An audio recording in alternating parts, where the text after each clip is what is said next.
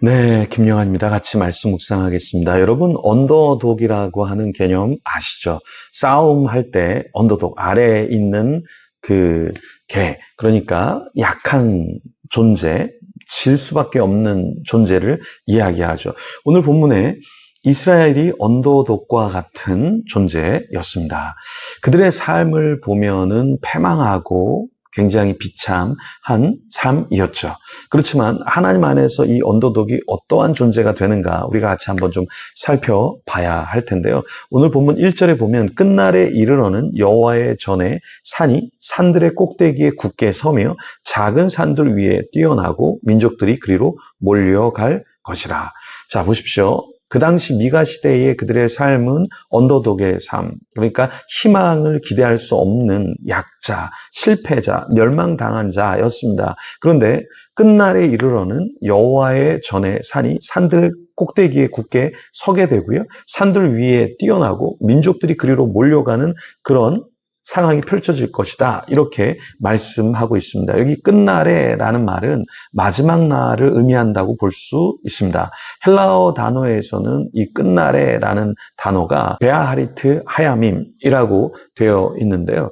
이것은 한정이 없는 먼 미래를 의미합니다. 그런데 이것이 종말론적으로 사용된다라고 볼 수 있는 것은 여호와의 날은 심판의 날, 그러니까 마지막 때에 이루어질 것을 말하기 때문에 종말론적으로 해석할 수 있다는 거예요. 그래서 히브리어 성경을 헬라어로 번역한 70인역에서는 이것을 끝날에라고 번역하기보다는 마지막 날들의 엔타이스, 에스카타이스, 헤메라이스 이렇게 번역을 했습니다. 그래서 이 내용은 사실 종말론적으로 해석하는 것이 자연스러울 수도 있다라는 것입니다. 우리 인생에서도 지금은 굉장히 비참하고 실망할 수밖에 없는 상황이지만 나중이 됐을 때 주님이 우리에게 오실 때 또 우리가 주님께 갈 때는 그렇지 않을 수 있다라는 것 우리가 기억해야 할 것입니다. 예전에 제가 주례를 했을 때 좀 나이 든 청년들을 주례를 했습니다. 40살 가까이 된 지체들을 제가 주례를 했는데요.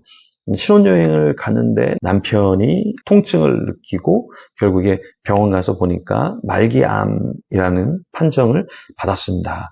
그리고 결국에 몇 개월 뒤에 사실 남편이 하늘나라에 갔습니다. 신부되는 지체가 굉장히 많이 힘들어 했기 때문에 제가 서울에서 목회할 때 그 지방까지 내려가서 위로해주고 기도해주고 올라왔던 적이 있는데요. 그때 그 죽어가는 남편이 저한테 전화를 걸어서 울면서 우리 신부 어떻게 해요? 혹 자기가 없더라도 끝까지 자기 아내를 좀 돌봐주세요 하면서 전화가 왔었습니다. 우리 모두는 다 끝날 이 땅을 떠나게 되고 주님 앞에 서게 되는 것이죠. 지금은 모든 것이 다 만족할 수 없지만 우리가 주님 안에 또 거하게 되면 주님께서 우리를 다시 회복시켜 주시고 우리를 영원히 살게 해 주시기 때문에 그때는 눈물이 없겠죠. 근데 이스라엘 백성들에게 하나님께서 이러한 종말론적인 아름다운 상황이 너희들에게 펼쳐질 거야 라고 주님께서 말씀해 주시는 겁니다. 근데 이 종말은 이 개인적인 죽어야 주님을 맞이하는 그런 종말뿐만 아니라 이스라엘에게 했던 그 종말은 너희들이 지금 다 망한 것 같지만 아니야, 내가 이 메시아를 보내서 너희들에게 회복함을 줄 거야 라는 그런 메시지가 담겨 있는 거거든요. 그래서 유대인들이 끊임없이 괴롭고 험난한 세월을 지냈지만 이겨낼 수 있었던 것은 바로 이 주님이 메시아를 보낸다 그리고 다시 회복시킨다라는 그 언약이 있었기 때문에 약속을 붙잡았기 때문에 지금까지도 살아가고 있고 예전에도 그렇게 살아갈 수 있었다라는 것입니다. 자, 주님께서 뭐라고 말씀하시냐면 민족들이 그리로 몰려갈 것이다 라고 말씀하는 것처럼 지금은 너희들이 민족들에 의해서 핍박을 받고 있지만 나중에 역전시킨다라는 것이죠. 2절에 보면 곧 많은 이방 사람들이 가며 이르기를 오라 우리가 여호와의 산에 올라가서 야곱의 하나님의 전에 이르자 그가 그의 도를 가지고 우리에게 가르치실 것이니라 우리가 그의 길로 행하리라 하리니 이는 율법이 시온에서부터 나올 것이요 여호와의 말씀이 예루살렘에서부터 나올 것임이라. 자, 이 이야기를 누가 하고 있습니까? 2절에 보니까 많은 이방 사람들이 가며 이르기를 오라 우리가 여호와의 산에 올라가서 지금 이방 사람들이 이스라엘의 하나님을 고백하면서 하나님의 전에 가겠다, 하나님의 길로 가겠다 이렇게 고백한다라는 거예요. 그래서 우리 신앙은 사실은 우리가 다 할 수 있는 것이 아니라 하나님이 역사해 주시면 믿지 않는 사람도 돌아오고 믿음이 연약한 자도 돌아올 줄 믿습니다. 강한 이방 사람들, 패역한 이방 사람들, 이스라엘을 경멸했던 자들이 하나님을 찬양하면서 나온다라는 거예요. 자, 우리가 우리 주변에 전도할 사람, 케어할 사람들을 보면 저 사람은 예수님 안 믿을 거야. 저 사람은 예수님을 저주하니까 예수님과 상관없는 사람이야 라고 생각할 수 있는데요. 근데 이 말씀에 보면 그런 이방인들이 하나님 앞에 돌아온다라는 것입니다. 그래서 우리도 누군가를 놓고 기도할 때 안 돼, 안 돼, 안 돼, 안 돼가 아니라 하나님이 역사하시면 돼. 우리 자녀도 되고 우리 부모님도 되고 우리 친족도 되고 같이 공부하는 사람, 같이 일하는 사람 다 주님께 돌아올 수 있어 라는 믿음이 우리 가운데 있어야 하겠습니다. 3절에 보니까 그가 많은 민족들 사이의 일을 심판하시며 먼 곳 강한 이방 사람을 판결하시리니 무리가 그 칼을 쳐서 보습을 만들고 창을 쳐서 낫을 만들 것이며 이 나라와 저 나라가 다시는 칼을 들고 서로 치지 아니하며 다시는 전쟁을 연습하지 아니하고. 자, 민족들 사이의 일을 심판하시는 분이 계십니다. 그리고 예전에 서로 죽이려고 안달이 났던 사람들이 이제는 그렇게 하지 않는다.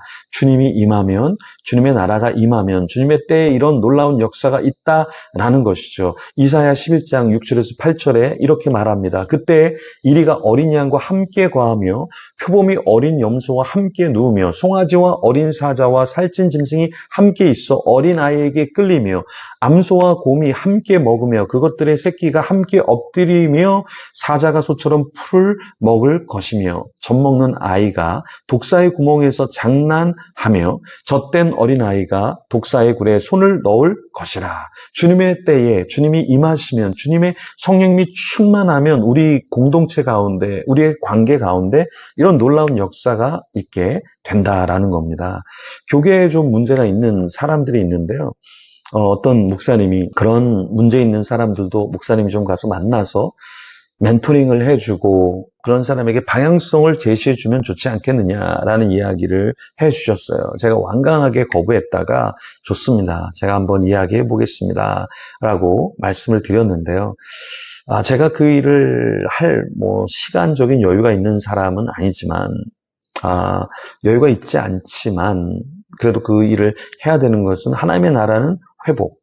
그 안 좋은 사람도 뉘우치고 회복되어야 하겠고요. 마찬가지로 여러분 우리의 관계도 내가 싫어하는 사람과의 관계도 우리가 주님이 임하면 회복이 되어지는 것이죠. 그래서 더 우리가 이 시간에 기도하면서 우리 주위의 사람들과 또 주님과의 관계가 더 깊어지도록 우리 주님 앞에 기도하며 나가겠습니다.